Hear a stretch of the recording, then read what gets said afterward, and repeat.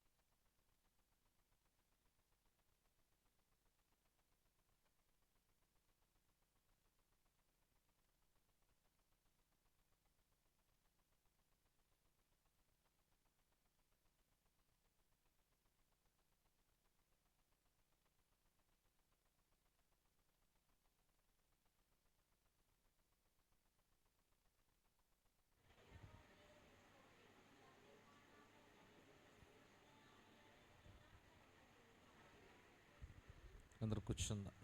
దేవునికి స్తోత్రం చెప్దాం. హల్లెలూయా, హల్లెలూయా. వాక్యమును యాకోబుకు తెలియజేసిన దేవుడని శరణ పడుకుందాం. వాక్యమును యాకోబుకు తెలియజేసిన వాడని, వాక్యమును యాకోబుకు తెలియజేసిన వాడని, ఏ జనముకిలాగునా చేసి ఉండలేదని, ఏ జనముకిలాగునా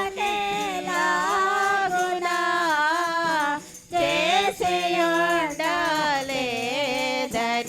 దేవునికి స్తోత్రము గానము చేయుటయే మంచిది. మనమందరము స్తుతి గానము చేయుటయే మంచిది. గుండె చెదరిన వారిని బాగు చేయువాడని, గుండె చెదరిన వారిని బాగు చేయువాడని, వారి గాయములన్నీయు కాటుచున్నవాడని, వారి గాయములన్నీయు కాటుచున్నవాడని, దేవునికి స్తోత్రము గానము చేయుటయే మంచిది. మనమందరము స్తుతి గానము చేయుటయే మంచిది. హల్లెలూయా. దేవుని యొక్క వాక్యాన్ని ధ్యానం చేద్దాం. సమూయేలు 2వ గ్రంథము 7వ అధ్యాయము మొదటి మాట 2వ మాట చదువుకుందాం. మొదటి 2 వచనాలు. సమూయేలు 2వ గ్రంథము 7వ అధ్యాయము మొదటి 2 వచనాలు చదువుకుందాం. యెహోవా నలుదిక్కుల అతని శత్రువుల మీద అతనికి విజయం ఇచ్చి అతనికి నెమ్మది కలగజేసిన తర్వాత రాజు తన నగరయందు కాపురముండి నాతానను ప్రవక్తను పిలువనంపి, నేను దేవద్రారు మ్రాణుతో కట్టిన నగరమందు వాసము చేయుచుండగా దేవుని మందసము డేరాలో నిలిచి ఉన్నదనగా నాతాను, యెహోవా నీకు తోడుగా ఉన్నాడు, నీకు తోచినదంతయు నెరవేర్చు మనెను. దేవునికి స్తోత్రం చెప్దామా? ఒకసారి బిగ్గరగా దేవునికి స్తోత్రం చెప్దాం. క్రీస్తునందు ప్రియులారా, మరి గడిచినటువంటి 3 దినాలు ఉపవాస ప్రార్థనలు దేవుడు ఘనంగా జరిగించడానికి దేవుడు కృప చూపించారు. దేవుని స్తోత్రం. మరి ఉదయం సాయంత్రం వర్తమానాలు ఏం చేసాం? వింటూ వచ్చాం. మరి ఇప్పుడు కూడా మళ్ళీ ఏంటనంటే మళ్ళా వర్తమానమే. కనుక మనం వాక్యాన్ని ఎంతసేపు చెప్పినా, ఎంతమంది చెప్పినా మన వినాల తప్ప వేరే ఆప్షన్ మాత్రం వేరే ఒకటి మనకే లేదు. దేవుని స్తోత్రం. అంటే ఓన్లీ వింటమేనంటారా, లేక విన్నదాని ప్రకారంగా జీవించమని కూడా దేవుడు చెప్పాడంటారా? నా మాట మీకు అర్థమైందా?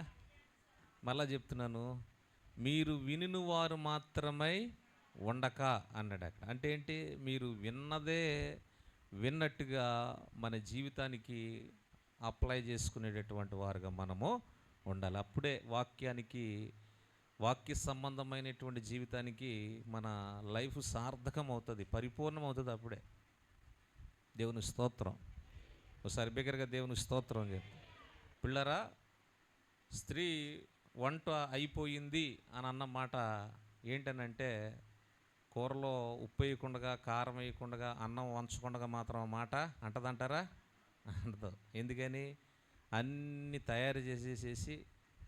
పొయ్యిల మీద నుండి దించేసి తినవలసినటువంటి ప్లేట్లు కూడా కడిగేసి ఆ గరిట్లు గలాసులు కంచాలు దగ్గర పెట్టేసి అప్పుడు అంటది ఫుడ్ ఈజ్ రెడీ. దేవుని స్తోత్రం.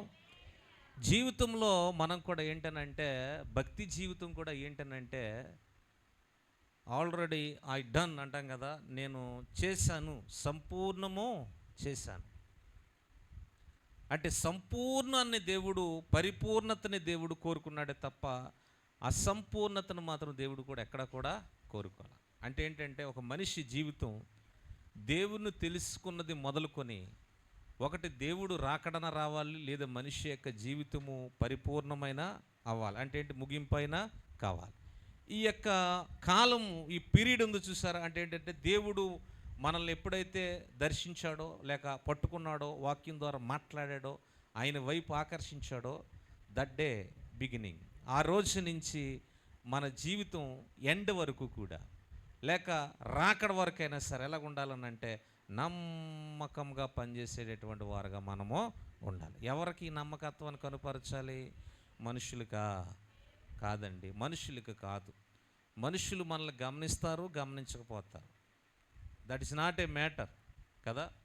కానీ ఇక్కడ ఏంటంటే, మనం భక్తి జీవితాన్ని ఎవరికి కనుపరచాలనంటే, ఎవరికి భయపడాలనంటే, ఎవరికి విధేయత చూపాలనంటే, మనల్ని నిత్యము నడిపిస్తూ కంటికి రెప్పవలే కాస్తూ, ఏవండి, ఈ సృష్టి అంతటి మీద ఆయనకి ఆధిపత్యం ఉన్నది.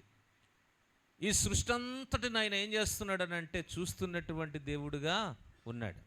యెహోవా కన్నులు ప్రతి స్థలము మీద ఉండును, అవి మంచివారిని చెడ్డవారిని కూడా ఏం చేస్తున్నాయట? చూస్తున్నాయి. యెహోవా కన్నులు ప్రతి స్థలం మీద ఉన్నాయి, అవి మంచివారిని చెడ్డవారిని చూస్తున్నాయి. అంటే దేవుని కన్నులు ఎదుట మరుగైనదంటే ఏది కూడా లేదు. అవునండి. ఇప్పుడు మీరు అందరూ ఎదర చూస్తున్నారు, మీ వెనకాల ఏం జరుగుతుందో మీకు తెలియదు.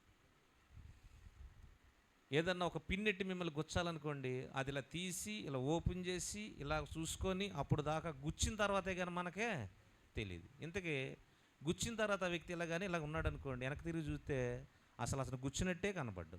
వెనక్కి తిరిగి ఎవరు గుచ్చారు అన్నటువంటి కన్ఫ్యూజన్ మళ్ళీ మనకి. కానీ దేవుడు అంటాడు, ఆయన కన్నులకు, ఆయన దృష్టికి ఏవండి కనబడనటువంటి సృష్టి అంటూ ఏది కూడా లేదు. దేవుని నామానికి స్తోత్రం.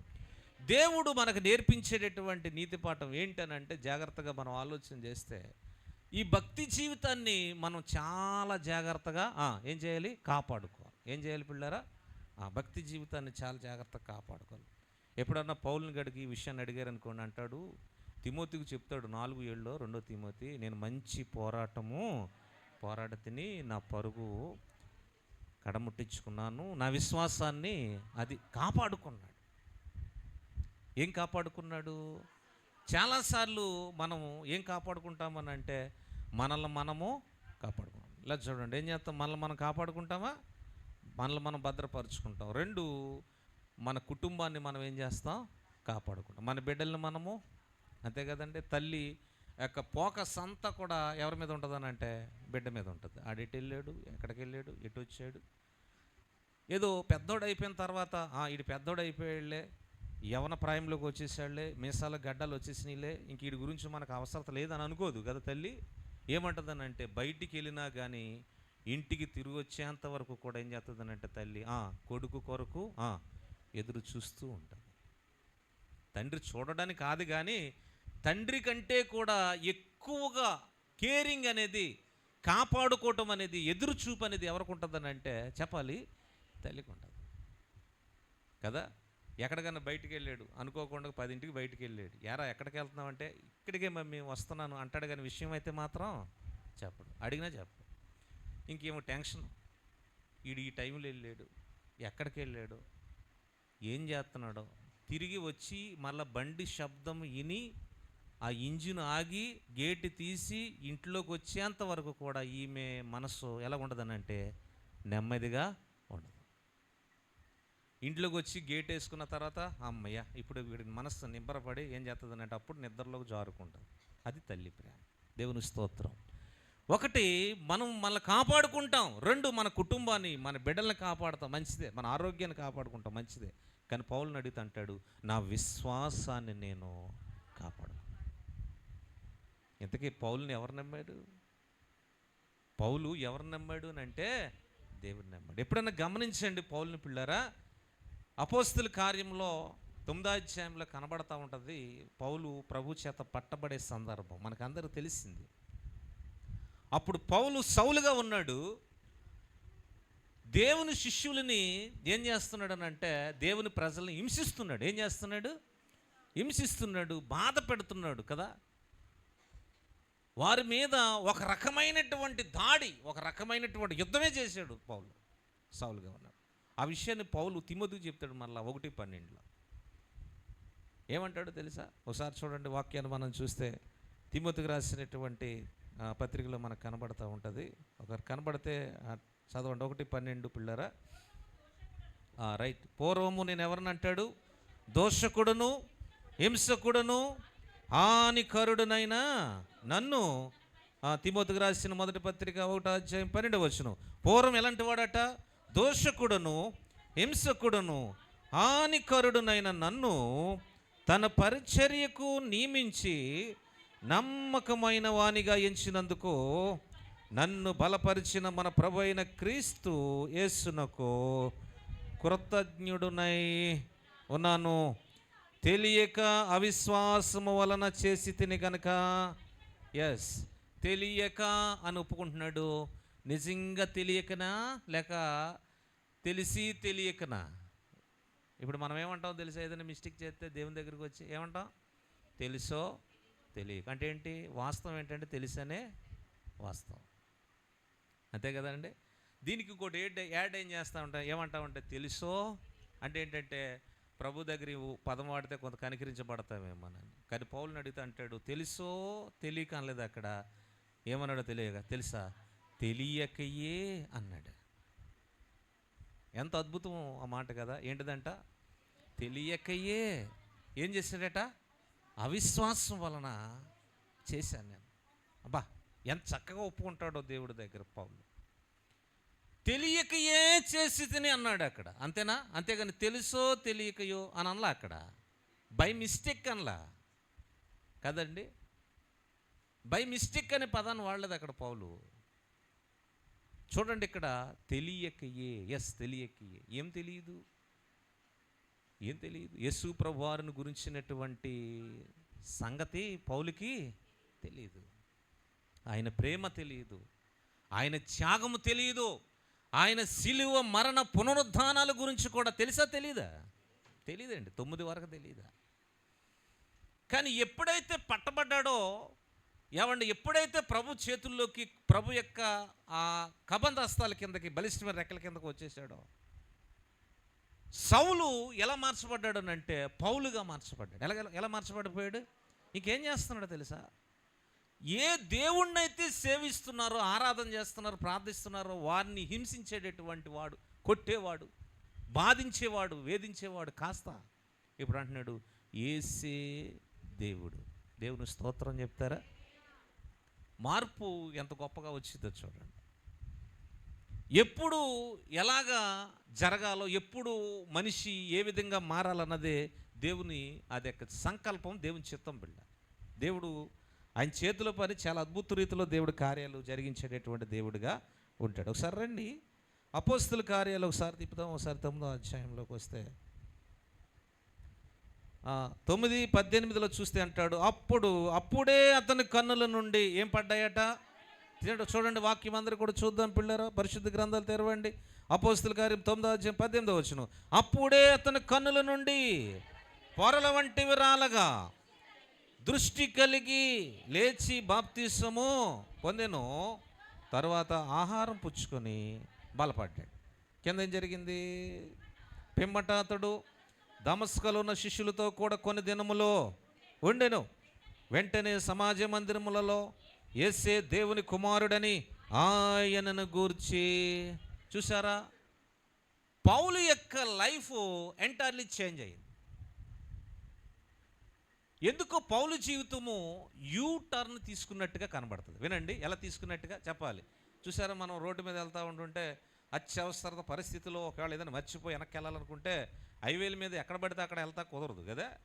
ఏం చేయాలంటే 1 కిలోమీటరు 2 కిలోమీటర్ల బార్ వెళ్ళిన తర్వాత అక్కడ ఒక సింబల్ ఉంటుంది, యూ టర్న్ తీసుకొని, టేక్ ఏ యూ టర్న్.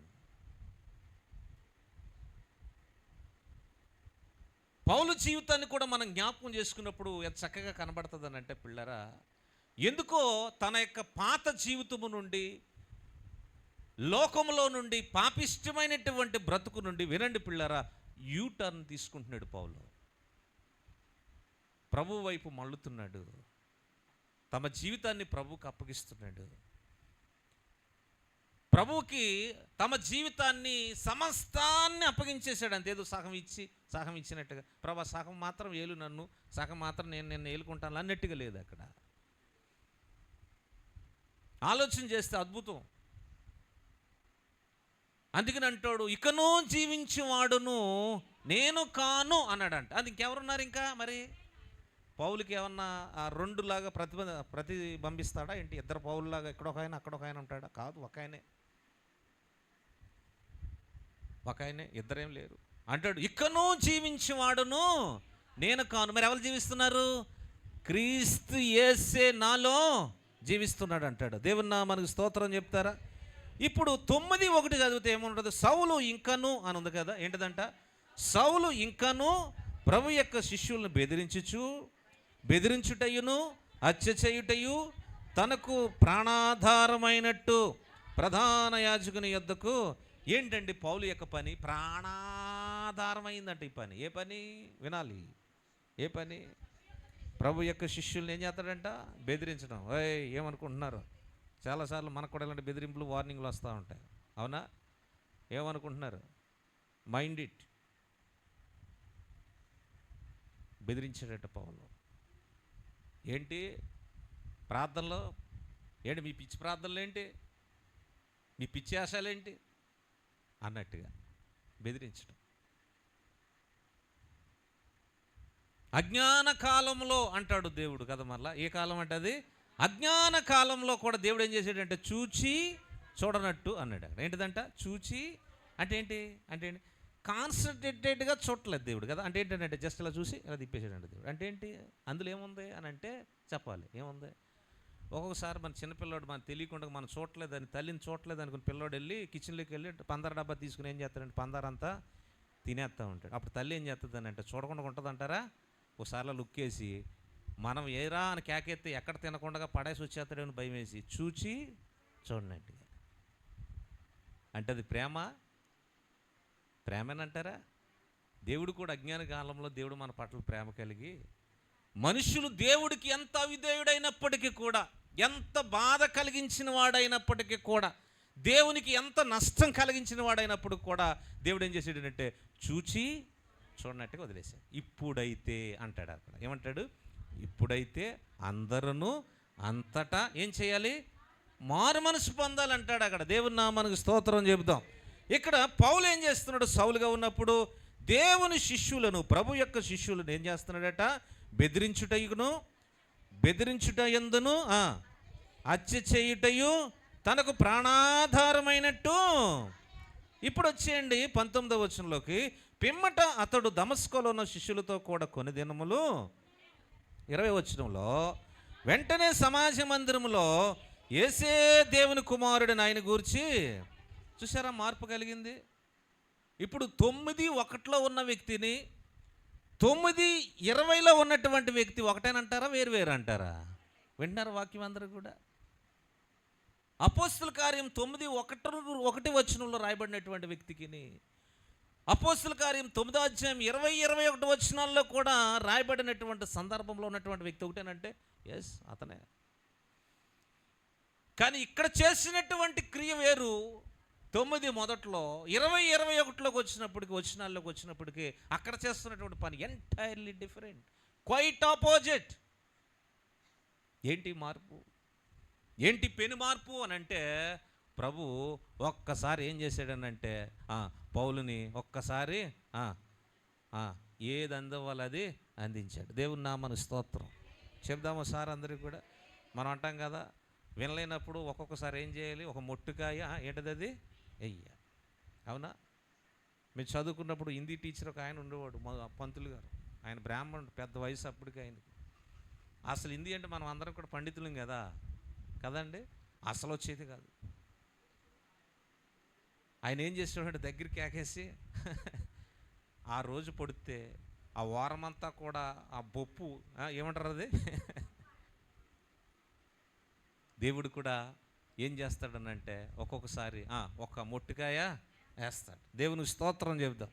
ఇప్పుడు పౌలుకి దేవుడు ఏం చేశాడు, నాశనం చేయడం దేవుని ఉద్దేశించి కాదు, మనిషిని మానవుడిని నిర్మూలన చేయడం దేవుని చిత్తం కాదు, బాగు చేసి స్థిరపరచడం దేవుని చిత్తం, దేవుడికి ఇష్టం. దేవుని స్తోత్రం. అదే ఆయన రాకలో ఉన్నటువంటి ఉద్దేశం, నశించిన దానిని వెతికి రక్షించి. 19:10 కోసం ఏంటిదంట, నశించిన దానిని ఏం చేయటకట, వెదకి రక్షించటానికి మనిషి కుమారుడు ఈ లోకానికే వచ్చారు. నమ్మిన వారు ఒకసారి దేవుని స్తోత్రం చెబుదాం. ఇప్పుడు పౌలు ఏం చేస్తున్నాడు, యేసు దేవుని కుమారుడని ఆయనను గూర్చి ఏం చేస్తున్నాడట, ప్రకటించుచు వచ్చెను. వినిన వారందరూ విభ్రాంతి నొంది, యెరూషలేములో ఈ నామమును బట్టి ప్రార్థన చేయి వారిని నాశనము చేసిన వాడు ఇతడేనా, ఇతడే కాడా, వారిని బంధించి ప్రధాన యాజకుల యొద్దకు కొనిపోవుటకు ఇక్కడకు కూడా వచ్చి ఉన్నాడని. చూడండి, సౌలుగా ఉన్నటువంటి పౌలు పూర్తి మార్పులోకి వచ్చాడు, సంపూర్ణమైన మార్పులోకి వచ్చాడు. ఇప్పుడు దేవుని సువార్త చెప్తూ ఉంటే ప్రజలు నమ్ముతారా? నమ్మట్లేదు. సరిగదా, పౌలుని చూస్తే భయపడుతున్నారు. ఈడేదో వేషం వేసినట్టుగా ఉన్నాడు కదా. అవునండి, ఏదో అంటారు కదా, ఊసర వెళ్ళి ఏం చేస్తుందంట, రంగులు మార్చినట్టుగా ఇదేదో బ్లూ రంగు వేసేటంటే నిన్నటిదాకా రెడ్ రంగు కదా. మనం తొండలు చూస్తూ ఉంటాం కదా రోడ్ల మీద, అవి కొంతకాలం ఏమో ఎర్రగా ఉంటాయి మెడ కింద, కొంతకాలం గ్రీన్గా ఉంటాయి, కొంతకాలం ఏమో నాకు అర్థం కాదు. పౌలు కూడా ముఖం నిండా ఎర్ర రంగు వేసుకుని నిప్పులు కక్కేవాడు. ఇప్పుడు ఎలాగున్నాడు అంటే, ఎర్ర రంగు పోయింది ముఖం మీద, ఏ రంగు వేసుకున్నాడు అంటే గ్రీన్ వేసుకుని, ఇదిగో నేను మీకు సమాధానమును కలగజేయటానికి వచ్చాను అని అంటున్నాడు. వినేవారు చూసేవారు అంటున్నారు, నేను మాత్రం మిమ్మల్ని నమ్మటానికి మాత్రం మాకు మనసో ఒప్పుకోవట్లేదు అంటున్నారు వాళ్ళు. ఇతడేనా మనల్ని అందరూ కూడా అక్కడ తీసుకుపోవటానికి వచ్చినట్టున్నాడు కదండి. ఒకసారి బిగ్గరగా దేవునికి స్తోత్రం చెప్దాం. నమ్మిన వారు ఒకసారి బిగ్గరగా దేవునికి స్తోత్రం చెప్దాం. పిల్ల ఇక్కడ వాక్యాన్ని కూడా మనం జాగ్రత్తగా మనం ఆలోచన చేస్తే 22వ వచనం అద్భుతం, నాకు చాలా ఇష్టం. అయితే సౌలు 9:22 మరి ఎక్కువగా బలపడి ఈయనే క్రీస్తు అని రుజువుపరచుచు దమస్కులో కాపురం ఉన్న యూదులను ఏం చేశాడట, కలవరానికి గురి చేశాడండి. దేవుని స్తోత్రం చెప్పండి సార్ అందరూ. ఏంటండి, ఎలా కలవరానికి ఏం చేశాడట పౌలు, కలవరానికి గురి చేశాడు. అంటే దేవుని సువార్త ఎంత బలంగా చెప్తున్నాడు చూడండి. ఏమంటున్నాడో తెలుసా, ఈయనే క్రీస్తు. ఏమంటున్నాడట, ఈయనే క్రీస్తు. క్రీస్తు అంటే ఏంటి, అభిషేక్తుడు. రైట్. యేసు అంటే రక్షకుడు, క్రీస్తు అంటే అయ్యా ఈయనే మీ అభిషేక్తుడు, ఈయనే మీ రక్షకుడు అని బోధిస్తున్నాడు పౌలు. మన రక్షకుడు కాదు. ఎందుకనంటే ఆల్రెడీ అక్కడ పౌలుకి ఏమైపోయాడంటే దేవుడు ఏమయ్యాడు, రక్షకుడు అయిపోయాడు. అంతకుముందు అవ్వలేదు కానీ 1:9 అక్కడ రక్షకుడు అయిపోయాడు అక్కడికి వచ్చినట్టు పౌలుకి. ఇప్పుడు పౌలు అంటున్నాడు, ఏమంటున్నాడు అంటే చూడండి చక్కని మాట, ఈయనే క్రీస్తు అని రుజువుపరచుచు దమస్కులో కాపురం ఉన్న యూదులను ఏం చేస్తున్నాడు, కలవరపరుస్తున్నాడు అంటాడు. దేవుని నామానికి స్తోత్రం చెప్దామా. 23 అంటాడు, అనేక దినములు గతించిన పిమ్మట యూదులు అతనిని చంపనాలోచింపగా వారి ఆలోచన సౌలుకు తెలియవచ్చెను.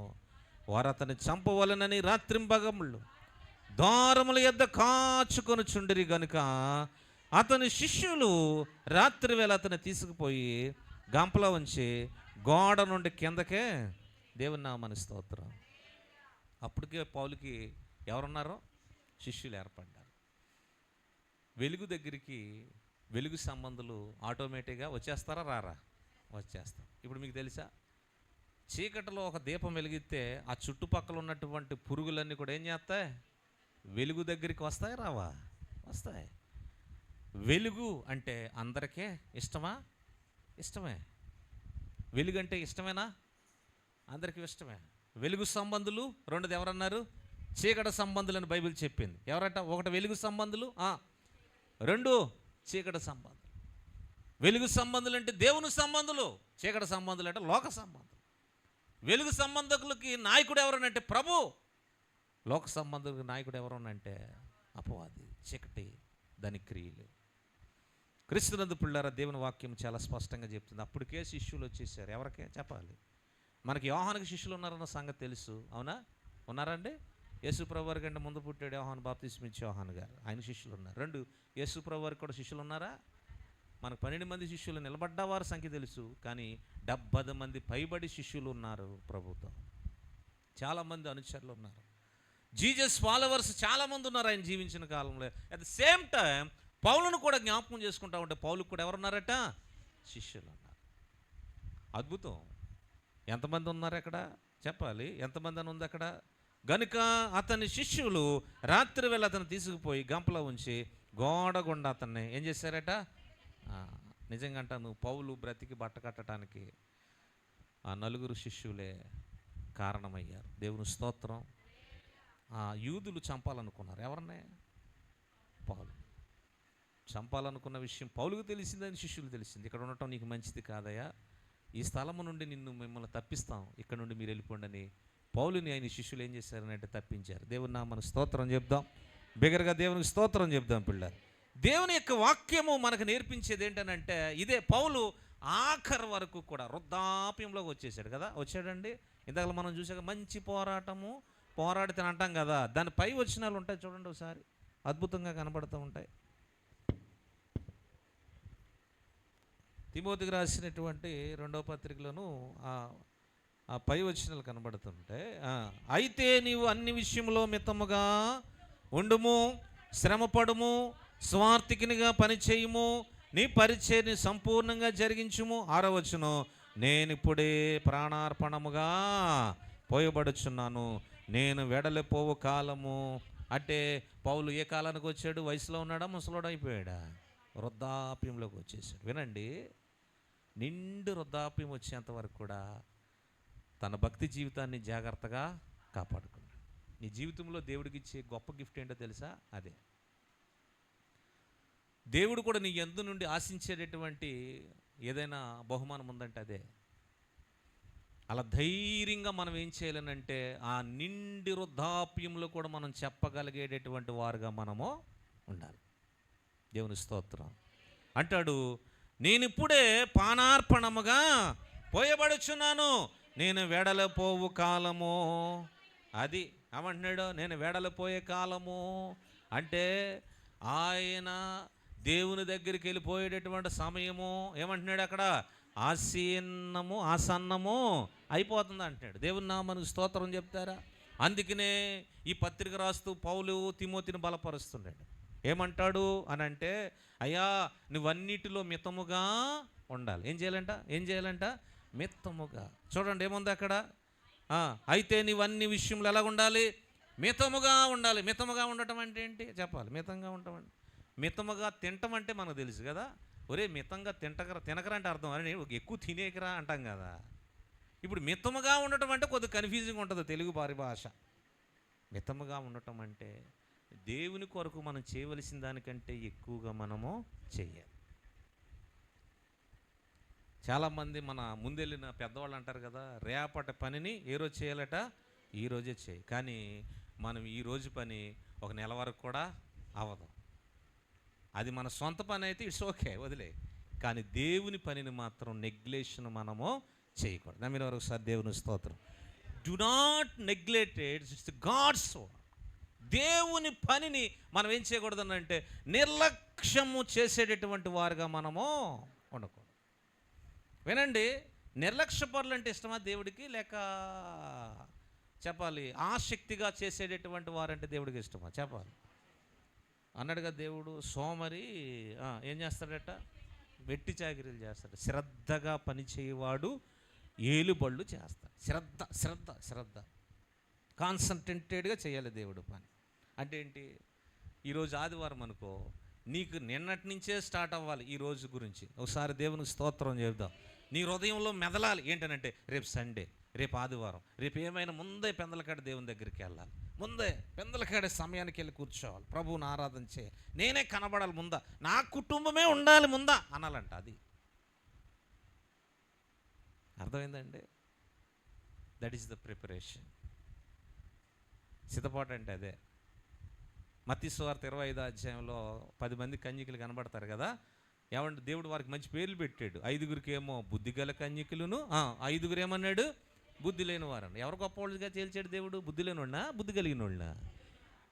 అంటే ఫైనల్గా ఆయన తీసినటువంటి జడ్జిమెంట్ ఏంటనంటే, ఫైనల్గా ఆయన డెసిషన్ చేసినటువంటి డెసిషన్ ఏంటంటే సిద్ధపడిన వారును సిద్ధపాటు లేని వారును అంటాం. ఎవరు ఎదుర్కొన్నారు దేవుణ్ణి? ఎవరిని ఎదుర్కొన్నారు పెళ్లి కుమారుని? అంటే ఎవరు?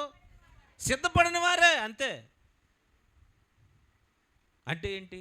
ఎలాగా అనంటే ఆ దినాన పెండ్లి కుమారుడు కొరకు 10 మంది స్త్రీలు ఎదురు చూశారు. కానీ ఎదుర్కొంది ఎంతమంది అని అంటే 5గురు విడవబడ్డారు. మిగతా 5గురు వీళ్ళు వెళ్ళి సిద్ధపాటు కలిగి వచ్చే లోపల తలుపు వేయబడింది. బయట నుంచి కేకలేస్తున్నారు, తలుపులు కొడుతున్నారు. అయ్యా, నీ నామమున మేము ప్రవచించలేదా? నీ నామమున మేము దెయ్యములు వెళ్ళగొట్టలేదా? నీ నామమున మేము గొప్ప కార్యములు చేయలేదా? అఫ్కోర్స్ చేయొచ్చు. ఆయన దేవుడు అంటాడు, మీరెవరో నాకు ఎలాగుందండి మాట.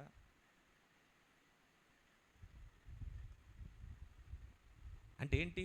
భక్తులు కారని కాదు, అక్కడ భక్తి చేయలేదని కాదు దేవుడు చెప్పేది. ఏమండి నేను అంటాను, ప్రవచించేవారు, దెయ్యాలు వెదలగొట్టేవారు, రోగాలు బాగు చేసేవారు అని అంటే వాళ్ళు ఏమన్నా అసామాన్యులు ఏంటి? అలా సామాన్యులు ఏంటండి? వాళ్ళు సామాన్యమైన మనుషులు, వాళ్ళు మామూలు వాళ్ళు కాదు కదా. దెయ్యాలే వారి పేరు చెప్తే వెళ్ళిపోయి, రోగాలే విడిపించబడ్డాయి. ప్రవచనాలు చెప్పారంటే వాళ్ళు అంత గొప్ప గొప్ప పనులు చేయగలిగితే వారిని దేవుడు అన్నాడు మీరు ఎవరన్నా తెలియదు అన్నాడు. అంటే ఏం లేదనంటే అంతవరకు కరెక్ట్గానే ఉంది. ఎందుకు ఆ సమయంలో వారు ఏం చేశారనంటే ఆ నిమిషంలో, ఆ సెకండ్లో, ఆ గంటలో దేవునికి ఇష్టలుగా వారు ఉన్నారా, ఉండలేకపోయారా? అంతే. వెంటనే అన్నాడు మీరెవరో నాకు తెలియదు. ఒకసారి దేవునికి స్తోత్రం చెప్దాం. ఒకసారి బిగ్గరగా దేవునికి స్తోత్రం చెప్దాం. పిల్లలు, దేవుడు ఏం చెప్తాడు అంటే అదే అంటాడు మనతో. అదే దేవుడు మనకు నేర్పించేది ఏంటంటే మితముగా మనము ఉండాలి. చెప్పాలి ఎలా ఉండాలట? మితముగా మనం ఉండాలి. తర్వాత శ్రమ పడాలి. ఏమన్నాడు దేవుడు? చూడండి, పౌలు ద్వారా మాట్లాడుతున్నాడు. శ్రమ పడుము, స్వార్థికునిగా పనిచేయి. ఇది నా శ్రమ అంటే ఎవరికైనా బాధ? శ్రమ అంటే ఇష్టం అంటే ఎవరికైనా? సంతోషం అంటే ఇష్టమా? చెప్పరా? దావీదులాగా నీ ఆశీర్వాదము నొందిన నా కుటుంబము నిత్యము ఎక్కడ ఉండాలంటాం అని ఉంటామా? మన ఇంట్లో ఉంటాం. కానీ ఏం కోరుకుంటామనంటే నీ ఆశీర్వాదము నాకు, నా కుటుంబానికి దయచే ప్రభా అంటాం. కానీ అలా కాదు. ఏమన్నా నీ ఆశీర్వాదము నొందిన నా కుటుంబము నిత్యము నీ సన్నిధిని ఉన్నట్లు. ఎక్కడ ఉండాలట? ఆయన సన్నిధిలో ఉండాలి నిత్యము అన్నాడు. అక్కడ దివారాత్రులు అన్నాడా? దివారాత్రులు అని అన్నాడు. దివారాత్రులు ఆయన ధ్యానించేవాడు ఎవరట? చెప్పాలి. దివారాత్రులట. ఏంటిది? దివారాత్రులు ధ్యానించేవాడు. ఒకసారి దేవుని నామానికి స్తోత్రం చెప్దాం. అందరూ ఒకసారి బిగ్గరగా దేవునికి స్తోత్రం చెప్దాం. ఇక్కడ చూడండి ఏమంటాడు అంటే మితముగా ఉండాలి, శ్రమ పడాలి, స్వార్థికునిగా, తర్వాత నీ పరిచర్యను. అది పౌలు సంపూర్ణం చేస్తాడు. తిమోతిని కూడా ఏం కోరుకుంటున్నాడు అంటే నువ్వు కూడా సంపూర్ణం చేయి. ఏం చేయాలట? నీ పనిని సంపూర్ణం చేయి. నీకు ఇచ్చిన బాధ్యతని నువ్వేం చేయాలి?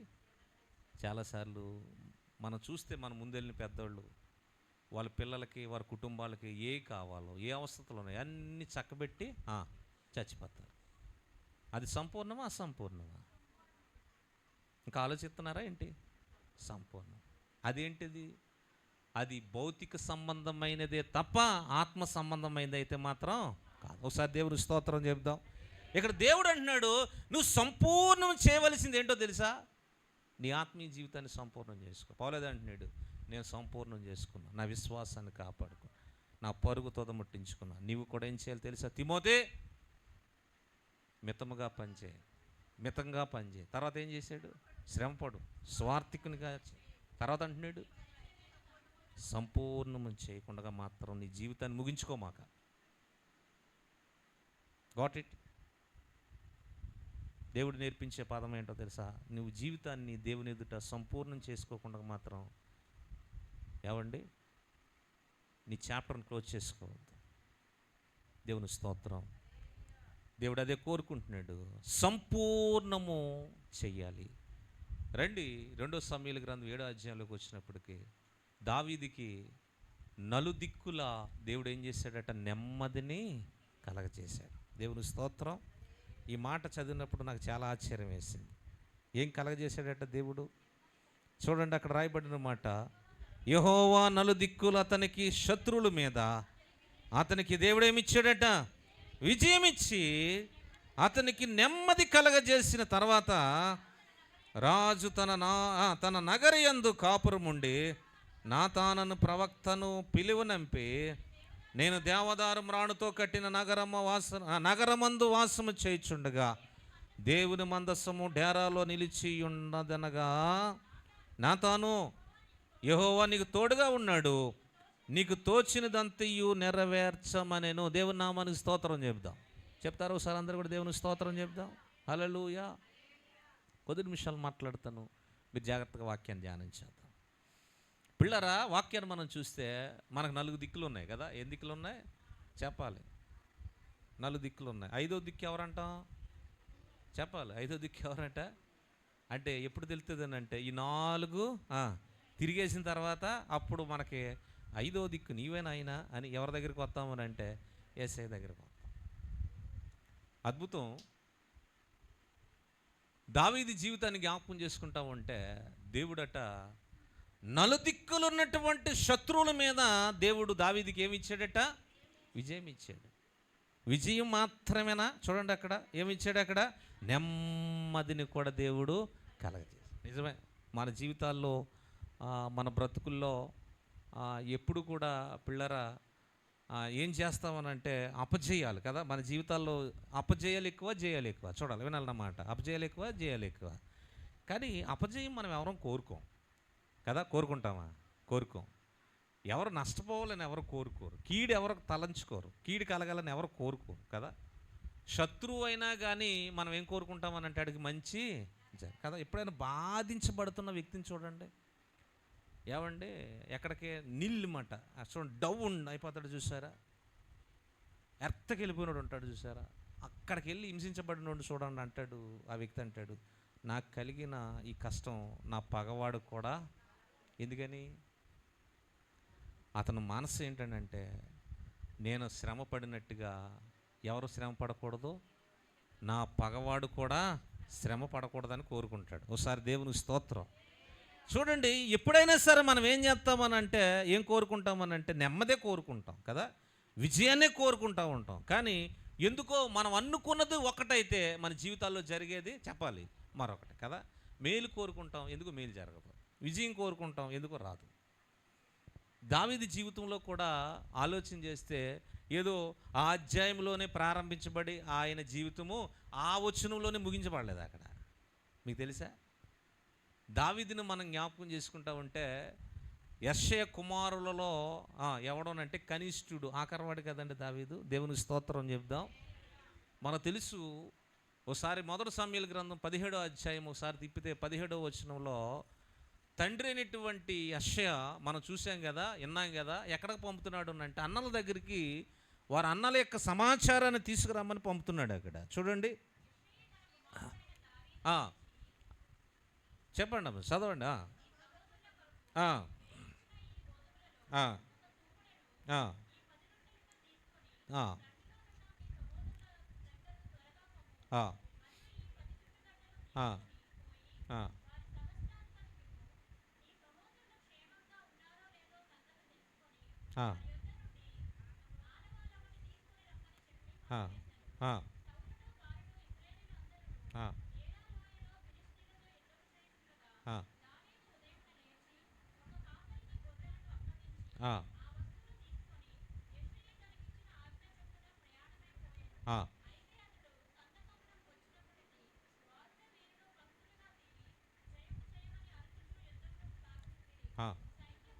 ఒకసారి దేవుని నామానికి స్తోత్రం చెప్దాము సార్ అందరికీ కూడా. ఇప్పుడు దావీదు ఎక్కడికి వచ్చాడు అంటే తండ్రి దగ్గర నుండి యుద్ధానికి సిద్ధమయ్యి గొలియాదుతో పోరాట్లా చూస్తున్నారు అంతే. అక్కడికి వచ్చారు. ఎవరితో కలిశారంటే సౌలు రాజుతో కలిసి, అంతే కదండి. ఎవరితో కలిసి? సౌలు రాజుతో కలిసి. దావీదు అన్నలందరూ కూడా ఉన్నారు యుద్ధంలో వారు కూడా యుద్ధ పౌరులే, యుద్ధ వీరులే వారు కూడా. అక్కడికి వచ్చారు. ఇప్పుడు తండ్రి చిత్తాన్ని బట్టి, తండ్రి మాటను బట్టి బయలుదేరి వచ్చాడు దావీదు, అంతే కదండి. ఏం పట్టుకొచ్చాడు? వేపించినటువంటి గోధుమల చదివారు కదా, రొట్టెలు, తర్వాత ఏంటండి జున్నిగడ్డలు తీసుకొని వచ్చాడు, అంతే కదా. ఎక్కడికి వచ్చాడని చూసాం మనం. అన్నల దగ్గరికి వస్తే వీళ్ళంటారు, ఒరే నీకు యుద్ధం చేయడం అంటే నీకు ఇష్టం కదా, యుద్ధం చూడటం అంటే నీకు ఇష్టమేనా? ఇష్టం, నాకు తెలుసు. నువ్వు మందను ఎవరికి అప్పగించి వచ్చావంటారు. ఎవరో చెప్పాలి, ఎవరండి? అన్నలు. ఇంతకీ ఇక్కడ ఆలోచన చేస్తే అక్కడ ఇశ్రాయేలీలందరూ కూడా భయక్రాంతులై ఉన్నారు. ఎవరిని చూసి? వినండి, ఎవరిని చూసి? గొలియాతుని. ఎందుకని? గొలియాతు 40 దినాలట. ఎన్ని దినాలు? 40 దినాలను రాయబడి ఉంది 17వ అధ్యాయంలో. మనం చూస్తే 16వ వచనం చదవండి. ఆ ఫిలిష్తీయుడు ఉదయమున సాయంత్రమున బయలుదేరొచ్చు 40 దినములు తన్ను తాను అగుపరుచుకొనుచు. అది ఎన్ని దినాలట? వినాలి, కొద్ది నిమిషాలు వినండి. ఎంతట? ఎన్ని దినాలంటే పిల్లరా? 40 రోజులు తన్ను తాను ఏం చేస్తున్నాడట? తన బలాన్ని కనుపరుచుకుంటున్నాడు. ఎవరన్నా వస్తారా? ఎవరు నా మీద యుద్ధం చేస్తారా? నన్ను ఓడెత్తారా అంటున్నాడు. సవాలు చేస్తున్నాడు. ఎవరు పిల్లరా? ఇక్కడ వాక్యాన్ని జాగ్రత్తగా ఆలోచన చేస్తే ఇక్కడ సౌలు చేయవలసినటువంటి యుద్ధం, సౌలు రాజు చేయవలసిన యుద్ధం సౌలు చేయలా, దావీదు చేశాడు. దేవుని స్తోత్రం. రాజు చేయవలసిన యుద్ధం రాజు చేయలా, దావీదు చేశాడు గొర్రెలు కాపరిగా. ఇది మేలా కీడా? చెప్పరేంటండి. మేలు చేశాడా కీలు చేశాడా దావీదు? నేను అంటాను, దావీదుకి ఎక్కడన్నా శత్రువులు వచ్చారనంటే, శత్రువులు ఉన్నారనంటే కీడు చేసి శత్రువు అవల దావీదు ఎవరికైనా. ఏం చేశాడు తెలుసా? మేలు చేసి శత్రువు అయ్యాడు. ఇప్పుడు మనకు ఒక ప్రశ్న తలెత్తుతుంది, ఏమండి మేలు చేసి శత్రువు అవటం అంటే ఎందుకంటే అంత పని మనకే? అవునా? ఒకడికి ఉపకారం చేసి వాడి దగ్గర నుండి మనం అపకారం తలపెట్టుకోవడం అంత మంచి పని అంటారా? ఎందుకు వచ్చింది అనిపిస్తుంది. అవునా? దావీదుని జ్ఞాపకం చేసుకుంటా ఉంటే మేలే చేశాడు ఎవరికైనా, మేలే ఉపకారమే చేశాడు. ఉపకారం చేసిన దానిని బట్టే, మేలు చేసిన దానిని బట్టే ఎవరికైనా శత్రువు అయ్యాడు దావీదు, అంతే తప్ప అపకారం తలపెట్టి అపకారం చేసి మాత్రం శత్రువు అవ్వాలి దావీదు. నీ జీవితం కూడా కొన్నిసార్లు అలాగే కనబడతా ఉంటుంది కదా. ఒకసారి మీ మనస్సాక్షిని ఒకసారి అడగండి, చెప్తుంది పలానోళ్ళకి నేను చాలా మేలు చేశానండి, ఆమె ఏం చేసింది నాకు తిరిగి. అది మరి కీడు చేయకపోతే చెప్పుకుంటాకేముంది? మరి మేలు చేసిన వాళ్ళకి మేలు చేస్తే చెప్పుకుంటాకేముందండి? మరి ఏం చేయాలి? కీడే చేయాలి. జీవితకాలం ఉండిపోతుంది. ఇంకా చాలాసార్లు అంబేద్కర్ విగ్రహాలను, గాంధీ మహాత్ముడు, జవహర్లాల్ నెహ్రూ విగ్రహాలు చూస్తాం కదా, కానీ మనకు కట్టనటువంటి ఒక విగ్రహం మనలో ఉంటుంది. ఎక్కడనంటే ఎక్కడ స్కానింగ్లో కూడా దొరకదు. ఎక్స్రే తీసినా సరే కనపడదు అంతే విగ్రహం. అది నీకే తెలుస్తుంది. దేవునికి స్తోత్రం చెప్పాలి సార్ అందరూ కూడా. ఈ భౌతికంగా కనబడినటువంటి స్టాచ్యూస్ ఉన్నాయి చూసారా, ఏం చేస్తాయంటే కొంతకాలానికి ఏం చేస్తాయి, సిమెంట్ అచ్చులుడిపోయి కదా, పగిలిపోయి శిథిలమైపోతూ ఉంటాయి. కానీ విగ్రహానికి మాత్రం ఆ ప్రాబ్లమే లేదు. దేవునికి స్తోత్రం. ఆ విగ్రహాలు 2 ఉంటాయి. ఒకటి నీకు మేలు చేసే విగ్రహము, 2 కీడు చేసే విగ్రహం. చెరగని ముద్ర జీవితంలో నమ్మిన వారు ఒకసారి దేవుని స్తోత్రం చెబుదాము సార్ అందరికీ కూడా. మేలే చేశాడు. సౌలు చేయవలసిన పని ఎవరు చేశారు అంటే చెప్పాలి, దావీదు చేశాడు. కీడును కొని తెచ్చుకున్నాడు. చెప్పాలి, ఏం కొని తెచ్చుకున్నాడు? శ్రమనే. ఏనండి, ఎక్కడొచ్చింది శ్రమ? ఎక్కడి నుంచి వచ్చిందంటే సౌలుకి 1000 కొలదహో, దావీదికి 10,000 కొలదహో అన్నారు అంతే. ఆ మాటతో పట్టుకున్నాడు. ఇంకా అక్కడి నుంచి సౌలు యొక్క చూపు దావీదు మీద ఇషపు చూపు. ఎక్కడ దొరుకుతాడా చెప్పాలి, అక్కడ పట్టుకొని ఏం చేద్దాం అనుకున్నాడు తెలుసా? ఈటి విసురుటలో బాగా నైపుణ్యత కలిగినోడు ఎవరోనంటే చెప్పాలి సౌలు, బెన్యమీను గోత్రికుడు, ఎంట్రిక వాసుతో కొట్టగలుగుతాడు. కానీ ఎందుకని చచ్చిపోలేదు దావీదు సౌలు చేతిలో? చచ్చిపోలేదు అని అంటాం కాదు, కానీ దేవుడు సౌలు చేతికి దావీదుని అప్పగించారు. దేవుని స్తోత్రం చెప్తారు సార్ అందరూ కూడా. చూడండి, ఇక్కడ నువ్వు మేలు చేసి శ్రమపడుట శ్రేష్టం. వినండి, ఏం చేయుట? కీడు చేసి శ్రమపడుట కంటే, వినండి, ఏం చేయుట? కీడు చేసి శ్రమపడుట కంటే మేలు చేసి శ్రమపడుట. ఎందుకని? లేకపోతే 2 సమూయేలు గ్రంథం 7వ అధ్యాయంలో నలుదిక్కుల నుండి ఏం రాలేదు అతనికి? ఏం రాకుండా ఉండేది దావీదుకి? నెమ్మది రాదు, విజయము కూడా వచ్చుండేది కాదు. ఓసారి దేవునికి స్తోత్రం చెప్దాం. ఏమండి, ఎందుకులే మేలు చేసితే కీడు వస్తుంది, ఉపకారం చేస్తే అపకారం తలపెడుతున్నారు కదా అని మనం మేలు చేయకుండా ఉంటే, ఉపకారం చేయకుండా ఉంటే, మనం చేయవలసిన దానిని దేవునికి ఇష్టకరమైన పని చేయకుండా ఉంటే, ఇంకా దేవుడు ఏం చేస్తాడు నీ పనిలో? ఇంకా దేవుడు ఏం చేస్తాడు నీ విషయంలో? దేవుడేం చేయలేదు.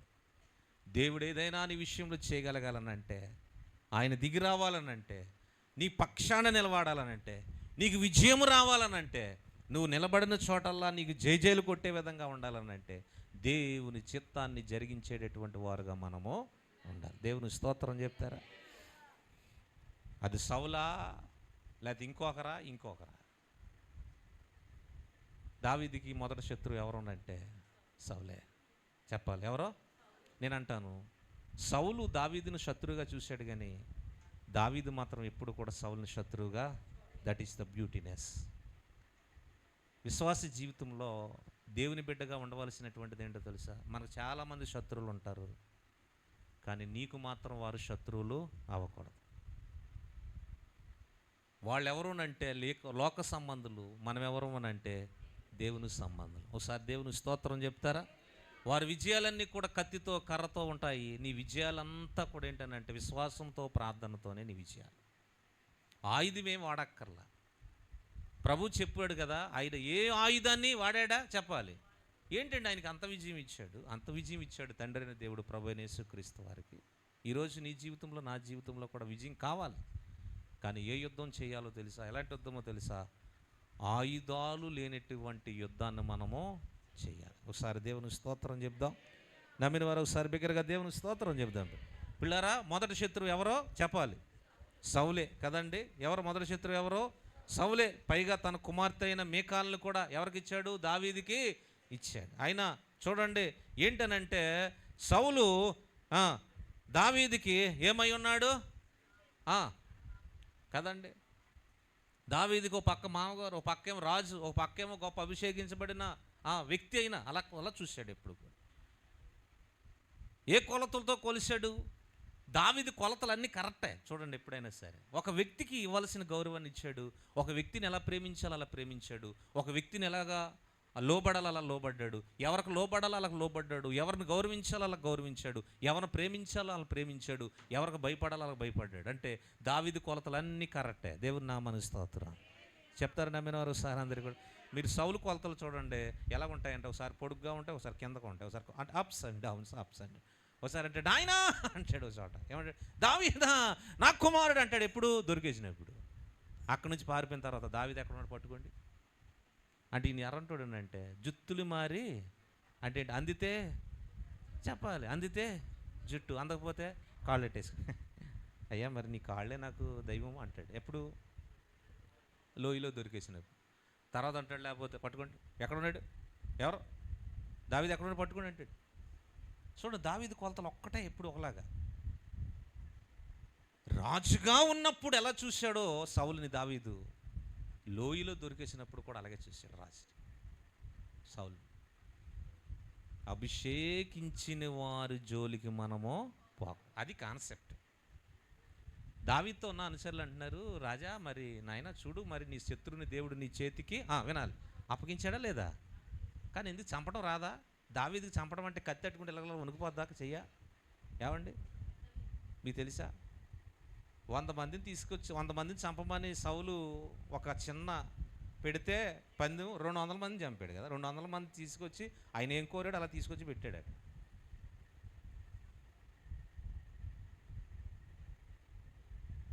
యుద్ధంలోకి వెళ్ళమంటే నువ్వు బాలుడురా చిన్నోడురా అంటే భలేపోయినా, నేను నా తండ్రి మందను కాస్తా ఉంటే ఎలుగుబంటి వచ్చింది, దాన్ని ఏం చేశాను నేను, సింహం కూడా వచ్చింది, దాన్ని ఏం చేశాను, చీల్చేసి దాని నోట నుండి గొర్రె పిల్లని నేను, ఆ విషయం నాకు తెలుసు.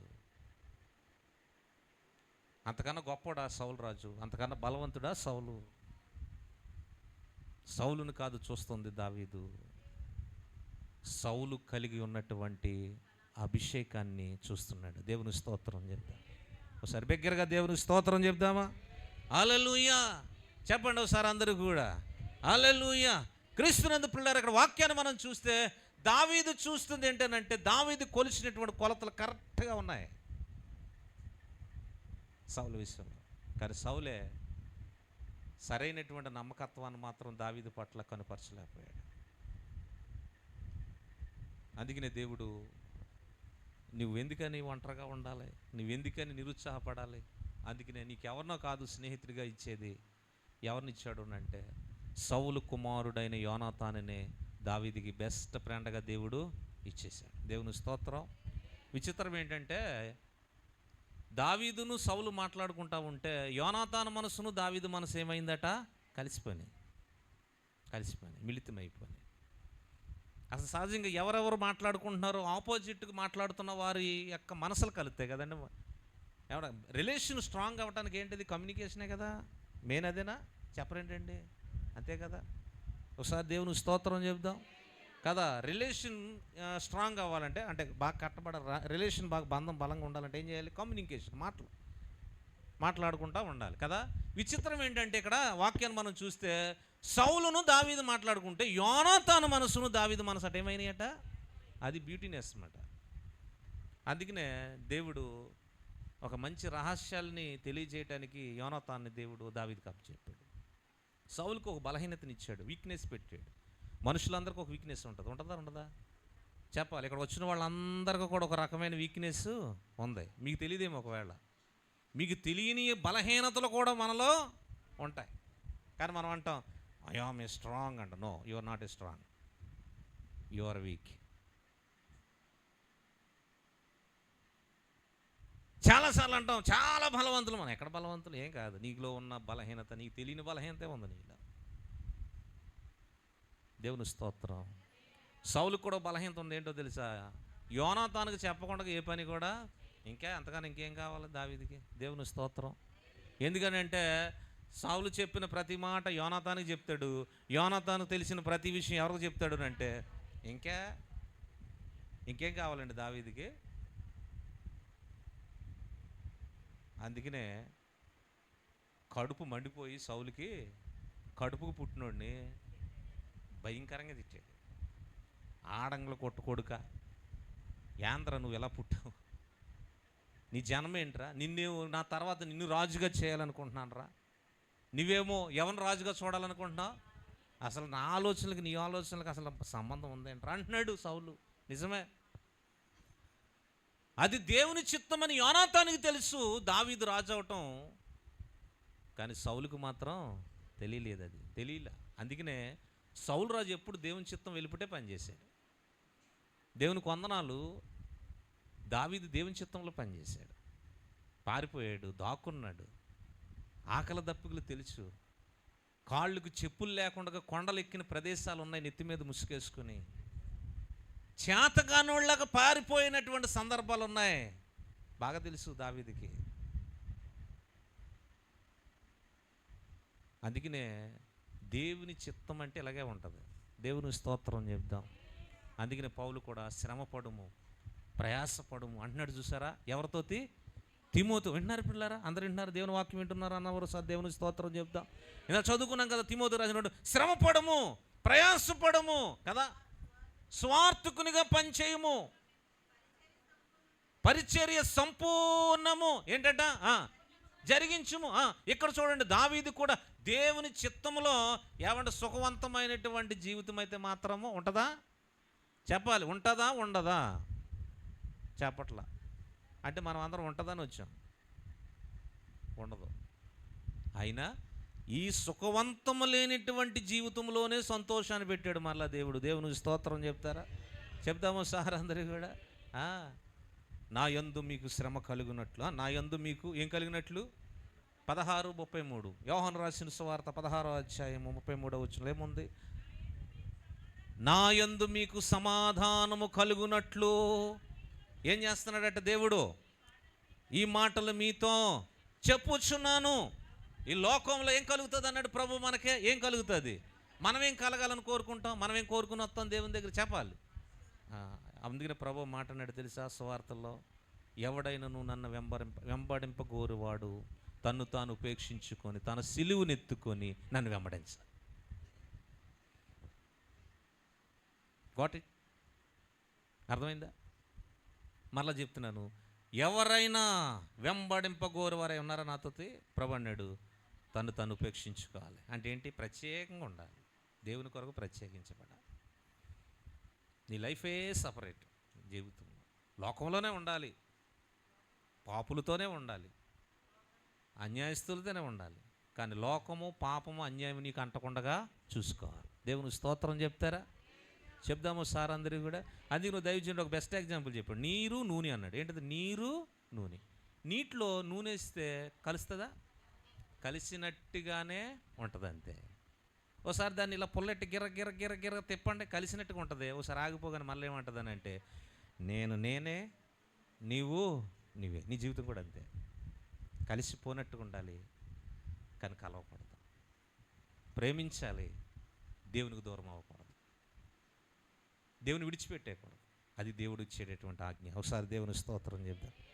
రెండో వ్యక్తి మనం చూస్తే దావీదుకి శత్రువు ఎవరు కనబడతారనంటే అబ్షాలోము. చెప్పారు ఎవరో? అవునండి, ఎవరో? అబ్షాలోము. అబ్షాలోము దేవుడికి ఏం చేశాడంటే అయిష్టుడిగా చెప్పాలి జీవించాడు. ఇష్టుడిగా ఉన్నాడా? అయిష్టుడిగా ఉన్నాడా? చెప్పాలండి, అయిష్టుడే. ఎందుకనంటే తండ్రి ఉండగానే తండ్రి సింహాసనాన్ని కాజేయాలనుకున్నాడు. అవునా? అవునా? అంటే ఏంటి? తండ్రి అంటే దావీదు సింహాసనాన్ని దావీదు ఉండగానే ప్లాన్లు చేశాడు. దావీదు దగ్గరికి వచ్చే వాళ్ళందరూ కూడా వస్తూ ఉంటే దావీదుని కలుద్దామని ఈయన ఏం చేసేవాడు అంటే అక్కడ దారిలో కూర్చొని వచ్చిన వాళ్ళందరూ కౌగులించుకుని ముద్దు పెట్టుకున్నాడు. అంటే ఏంటి? దావీదు దగ్గరికి వెళ్ళేవారిని దావీదు దగ్గరికి వెళ్ళకుండా నేను ఒక రాజ్యం స్థాపిస్తున్నాను, నా రాజ్యంలో మీరు మనుషులుగా ఉండండి, నేను మీకు అధిపతిగా ఉంటాను, మీకు రాజుగా పనిచేస్తానని దావీదు దగ్గర ఉన్న మనుషులు ఈయన వైపు మళ్ళించుకుంటున్నాడు. ఇది దౌర్భాగ్యం కదా? చెప్పాలి. నిలుస్తుందా? దేవుని చిత్తము లేనటువంటి రాజ్యము నిలుస్తుందా? నిలవదు. అంతే, నిలవలేదు కూడా యోనాతాను జీవితం. దేవుని స్తోత్రం. ఇక దౌర్భాగ్యం ఏంటో తెలిసే మూడో వ్యక్తి అహితోపేలు. చెప్పాలి ఎవరో? అహితోపేలు దావీదుకి సలహాదారుడు. దేవుని దగ్గర నుండి తెచ్చినట్టు ఉంటుంది అతని మాట. ఇప్పుడు రాజు ఎప్పుడైతే అబ్షాలోము అయిపోయాడో ఇశ్రాయేలు ప్రజల మీద, దావీదు ఎప్పుడైతే కొద్దిగా కొడుకుకి యోనాతానికి భయపడి కొద్ది దూరంగా పనిచేస్తున్నాడో, ఇప్పుడు వినండి జాగ్రత్తగా ఆలోచన చేస్తే అహితోపేలు కూడా ఎవరితో ఉంటాకి ఇష్టపడుతున్నాడు అంటే చెప్పాలి ఎవరితో? అబ్షాలోము దగ్గరికి వెళ్ళిపోయాడు. అందుకని చిన్న ప్రార్థన చేస్తాడు దావీదు, అహితోపేలు ఆలోచనలు నిరర్ధకము చెయ్యి అంటాడు. దేవుని స్తోత్రం చెప్దాము సార్ అందరు కూడా బిగ్గరగా. అహితోపేలు ఆలోచనలు నిరర్ధకము చెయ్యి ప్రభువా అన్నాడు. అహితోపేలు చచ్చిపోయాడు. చెప్పాలి, సౌలు చచ్చిపోయాడు, అబ్షాలోము చచ్చిపోయాడు, షిమ్మీ కూడా దూషించాడా? ఎంత దూషించాడంటే నిజంగా ఎవరినే చెప్పాలి? దావీదుని దూషించాడు. నిజంగా తిట్టాడు నోటుకొచ్చినట్టు. తిడతా ఉంటే పడటం బాగా అలవాటైపోయింది. ఎవరికే చెప్పాలి? చూడండి, మనం తిడతా ఉంటే పడేవారు మనకి ఎలా ఉంటుంది అన్నట్టు లోకుగా ఉంటుంది కదా. ఏదో సామెత ఉంది అంటే ఎర్రోడు భార్య అంటే ఊరందరికంటే వదిన గారు అన్నట్టు కదా. వదిన గారండి అంటున్నారంట అందరూ. ఎందుకని? భర్త లేడు కదా. భర్త ఉంటే మరి తాట తీసేస్తాడు. ఆ భయం లేదు కనుక వదిన గారు అంటున్నారు. అలాగయింది. ఒకసారి దేవుని స్తోత్రం చెప్దాం, బిగరగా దేవుని స్తోత్రం చెప్దాం. ముగింపు. ఇప్పుడే ఇవన్నీ దాటుకుని వచ్చాడు. ఎవరో చెప్పాలి? దావీదు. ఇప్పుడు ఎక్కడికి వచ్చాడు? 7వ అధ్యాయంలోకి వచ్చినప్పటికి ఇప్పుడు ఎన్ని దిక్కులు? 4 దిక్కులు. చెప్పాలి, తూర్పు, పడమర. మాకు తెలిసిలేండి, మేమెందుకు చెప్పాలన్నట్టుగా చూస్తున్నారు మీరు అందరూ. తెలిసినా చెప్పండి నాతో పాటు ఒకసారి. తూర్పు, మీరే చెప్పాలి అంతే కదండి. మళ్ళీ చెప్పండి ఒకసారి అందరు కూడా. ఈ దిక్కుల నుండి శత్రువుల మీద దేవుడు ఏం చేశాడట? చెప్పాలి, ఏం చేశాడట? దేవుడు విజయమునిచ్చాడు. దేవుని స్తోత్రం చెప్దాం. మన జీవితాల్లో ఇన్ని దాటుకొని వస్తేనే కానీ ఏం రాదు అని అంటే విజయం రా, అంతేగాని నేను బయలుదేరిపోగానే విజయం వచ్చేయాలి ప్రభా, ఇంటి నుంచి రాగానే విజయం వచ్చేయాలని, మందిరంలోకి వెళ్ళిపోగానే విజయం రాదలాగా. You should wait upon God. కనిపెట్టాలి దేవుని దగ్గర. ఎంతకాలం అని అంటే మళ్ళీ అక్కడ చెప్పలేదు ఎంత అని, ఇంత అని పీరియడ్ ఏం చెప్పాల. ఆయన కరుణించేంత వరకు మనము కనిపెట్టాలి. ఒకసారి దేవుని స్తోత్రం చెప్తారా? వింతగా ఉందా బాధ మీకు? వాక్యంలో ఉన్నదే చెప్తున్నా. మీకు వింతగా ఉందంటే మిమ్మల్ని ఎవరేం చేయలేరు. ఇంకా కొత్తగా ఉందండి మాకేంటో అంటే మేమేం చేయలేము. ఆ దేవునిలో ఉన్న దేవుడు చెప్పింది. ఎప్పుడు కరుణిస్తాడండి మమ్మల్ని అని అడిగారు అనుకోండి, మాకేం తెలుసు. ఒకటి మాత్రం చెప్తాం, కరుణిస్తాడు దేవుడు, కానీ ఎప్పుడు అయితే మాత్రం కరుణించవలసిన సమయంలో దేవుడు కరుణిస్తాడు, రక్షించవలసిన సమయంలో దేవుడు. ఏమండి అప్పుడు దాకా మరి మేము మునిగిపోవాలా అంటే ఎందుకు ముంచేస్తాడు దేవుడు? యోనాను ఎత్తి ఎక్కడ పడేశారు చెప్పాలి. సముద్రంలో పడితే మరి ఆయన చేప వచ్చి తినేయాలి, మింగేయాలి, అంత అయిపోవాలి. కానీ అయ్యిందా? అలా అవనోడు. ఆ కష్టాల్లో కూడా నిన్ను ఎక్కడ దాచాలో అక్కడ దాస్తాడు. That is the God's secret. బాధల్లో కూడా నిన్ను ఎక్కడ పెట్టాలో అక్కడ పెడతాడు. అంటే రక్షిస్తున్నాడు అని అంటే రక్షిస్తున్నాడు, అది సంపూర్ణం కాలా. ఫాస్టింగ్ పెట్టాడు 3 దినాలు కదా, ఎవరికే చెప్పాలి? నువ్వేం తినమాక, అలా నోట్లో పెట్టుకో అంతే. ఎక్కడ కక్కాలి నువ్వు వెళ్ళి? నినివే ఒడ్డున కక్కెళ్ళి. ఒకసారి దేవుని స్తోత్రం చెప్దాము ఒకసారి అందరికి కూడా. ఆ నోట్లో పెట్టుకున్న యోనాన్ని అక్కడ కక్కితే ఆ నినివే ఒడ్డున పడితే అక్కడ స్నానం చేసి వెళ్ళి స్వార్థ చెప్పాడు. అంతే కదండి. 1,00,000 పైబాట మార్పులోనికి వచ్చారా జనం? దేవుడు అదే పనితో పనిచేసి రమ్మని పంపాడు యోనాని. కానీ వెళ్ళాడా? రాంగ్ డైరెక్షన్ తీసుకున్నాడు. దేవుని మాట నుండి మనం అవిధేయులమైతే దేవుడు మళ్ళీ ఏం చేస్తాడని చెప్పాను మొదట మీకు. ఎవరో చెప్పారు, ఏం చేస్తాడు? ఒక మొట్టిగా వేసి మళ్ళీ ఏం చేస్తాడు? మళ్ళీ సరి చేస్తాడు. ఒకసారి దేవుని స్తోత్రం. ఏంటో తెలుసా? ప్రయాణం చేయగలుస్తున్నటువంటి ఓడనలా సముద్రంలో ఆపేసి, ఏంటి ఇది కాగిపోయింది? వాడ నాయకుడు అంటున్నాడు, సరే ఇంజిన్లన్నీ చెక్ చేయండి అంటున్నాడు. ఇంజిన్లన్నీ బాగానే ఉన్నాయి సార్, మరి ఏంటి వెయిట్ ఏమైనా ఎక్కువైందా? తీసుకొచ్చిన వస్తువులను పడండి, అన్నీ పడేసారు పాపం. అయినా కదలతలేదు వాడ.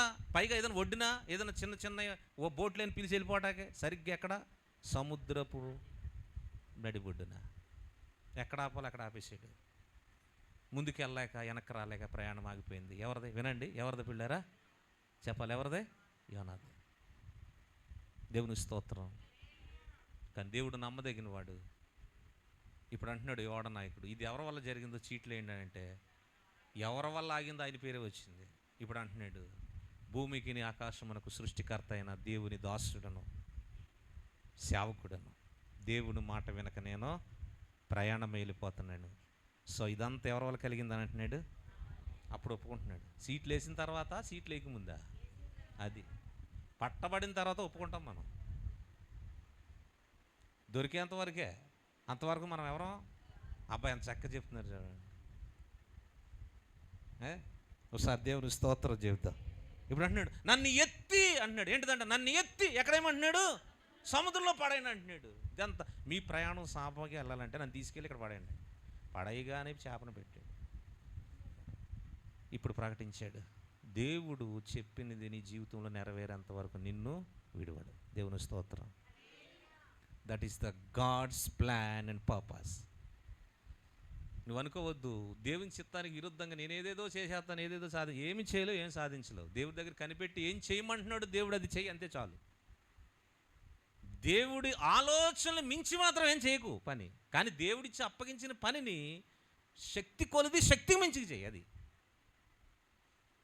కదా మనకు బాగా తెలుసు. వాక్యంలో దేవుని చిత్తం లేదో మన తలలో ఒక ఎంటుకును నల్లగానైనాను, మరే అంత బలహీనులం కదా మనం. అవునంటారా? చెప్పాలి. అవునా?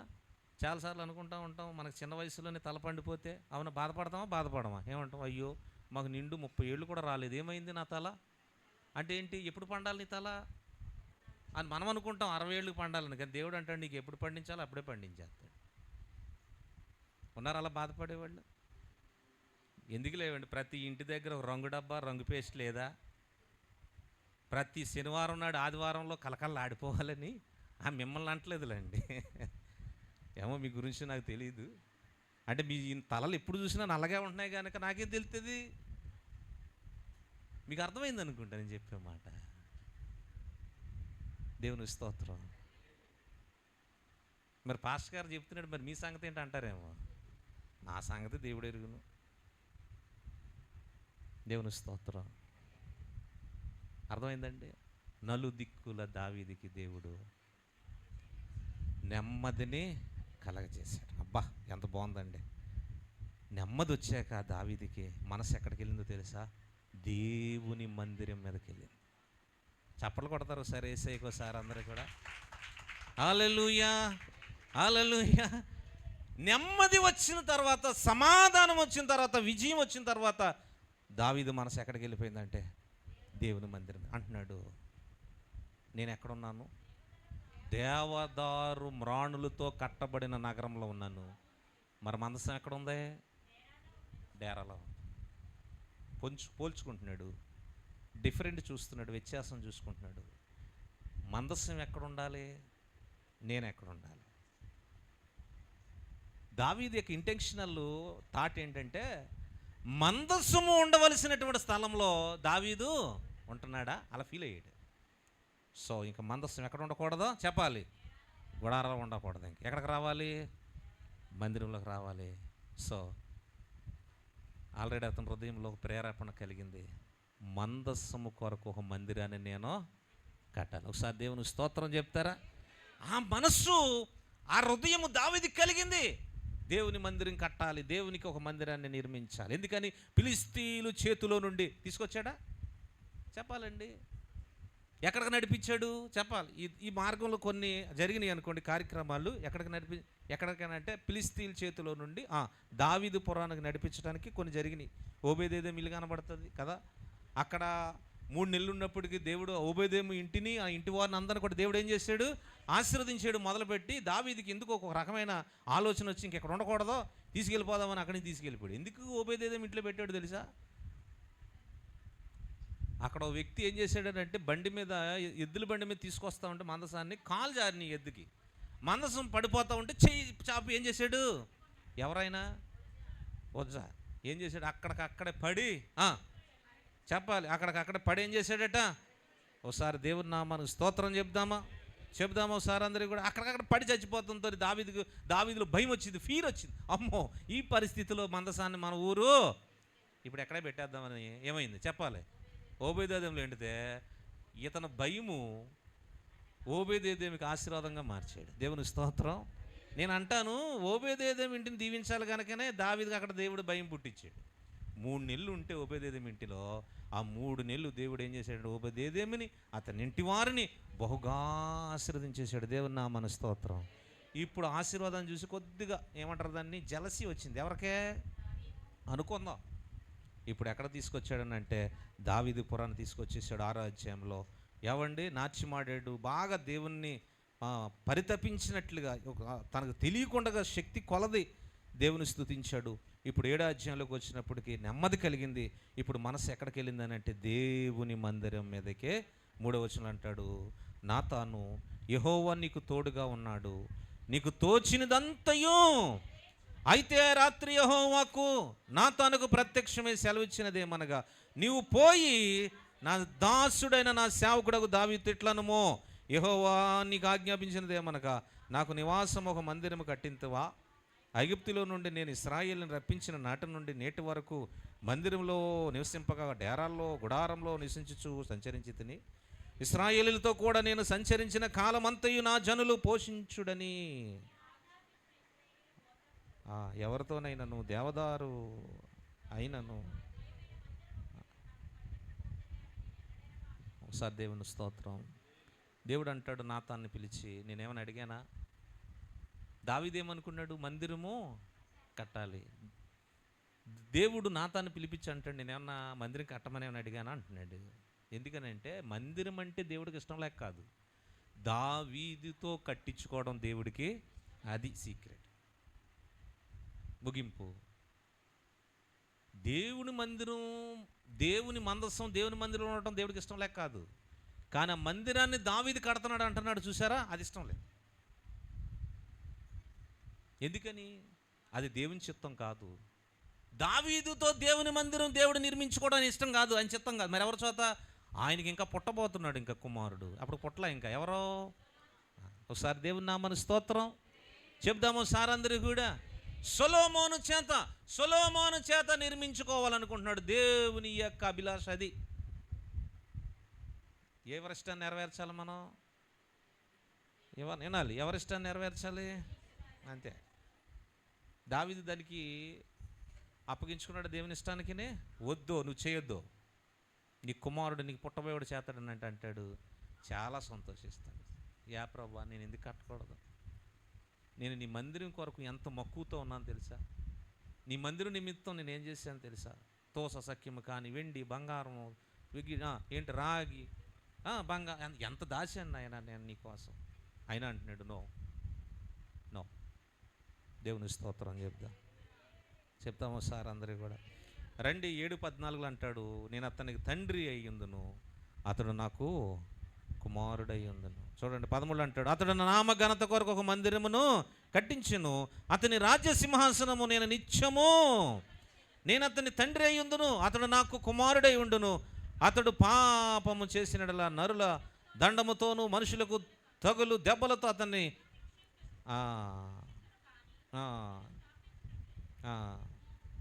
రండి 18లోకి. దావీదు రాజు లోపలికి ప్రవేశించి యెహోవా సన్నిధిని కూర్చోండి. ఇలాగూ నా ప్రభువా యెహోవా, ఇంతగా నీవు నన్ను హెచ్చించుటకు నేను ఎంతటి వాడను, నా కుటుంబము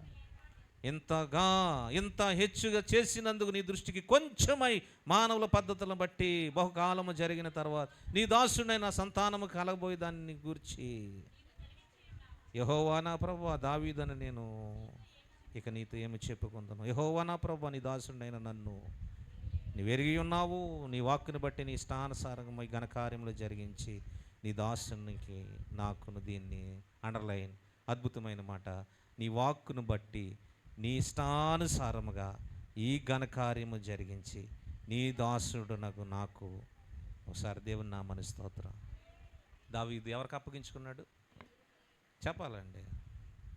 తమ బ్రతుకులో దేవుని చిత్తానికి అప్పచెప్పుకున్నాడు సమస్తాన్ని. నీ ఇష్టం ప్రభా, నేను కడదాం అనుకున్నాను కానీ అది మీరు వద్దన్నారు, ఐఎమ్ సో సారీ అన్నట్టుగా. ఐఎమ్ సో సారీ లార్డ్, నీ ఇష్టము చొప్పునే జరుగునుగాక. యేసుప్రభు గారు గెత్సేమనే తోటలోకి వెళ్ళిన తర్వాత ఆయన ప్రార్థన జ్ఞాపకమవుతుందా? సిలువుకి అప్పగించుకునే ముందు ఒక ఆయన నీ చిత్తమే చిందించినగా, కానీ ముందు అంటాడు, తండ్రి నీ చిత్తమైతే ఈ గిన్నెను నా యొద్ద నుండి అంటే మళ్ళీ నెక్స్ట్ లైన్లో అంటాడు, ప్రభు నీ చిత్తమే చిందించినది, నాయన మీ ఇష్టమే నెరవేరాలంటున్నాడు దావీదు. నా బ్రతుకుల్లో మా జీవితాల్లో అదే మనం దేవునికి అప్పగించుకుందాం పిల్లారా. దేవుని చిత్తానుసారంగా జీవిద్దాం, దేవునికి మహిమ తెచ్చేవారుగా ఉందాం. దేవుడు తన మాటలు మన వెనుకల్లో దీవించును గాక. ప్రార్థన చేసుకుందాం. అందరూ కూడా మోకరించండి. ఒకసారి అందరూ కూడా బిగ్గరగా దేవుని సన్నిధిలో బిగ్గరగా దేవుని కృతజ్ఞతాస్తుతులు మనం చెల్లిద్దాం. హల్లెలూయా హల్లెలూయా హల్లెలూయా. ఒకసారి అందరూ కూడా బిగ్గరగా దేవుని సన్నిధిలో దేవునికి కృతజ్ఞతాస్తుతులు మనం చెల్లిద్దాం. మనం ఏమై ఉన్నామో దేవుని దగ్గర పిల్లారా. పౌలు జీవితాన్ని జ్ఞాపకం చేసుకుంటే సంపూర్ణం చేసుకున్నాడు. దావీదు కూడా సంపూర్ణం చేసుకున్నట్టుగానే ఉన్నాడు. మరి మన జీవితానికి వస్తే ఏంటి? అసంపూర్ణంగా కానీ మన జీవితాలు ముగిగి పగడకూడదు, మధ్యలో ఆగిపోకూడదు మన ప్రయాణము. మన డైరెక్షను వేరే వైపు మళ్ళకూడదని దేవుడు ఆశపడుతున్నాడు. ఒకసారి అందరూ కూడా బిగ్గరగా దేవుని సన్నిధిలో ఆ నోరులు తెరిచి దేవునికి కృతజ్ఞతాస్తుతులు మనం చెల్లిద్దాం. హల్లెలూయా హల్లెలూయా హల్లెలూయా. చీకటిని వెలుగుగా చేసి ఆయనే నీ ముందు, చీకటిని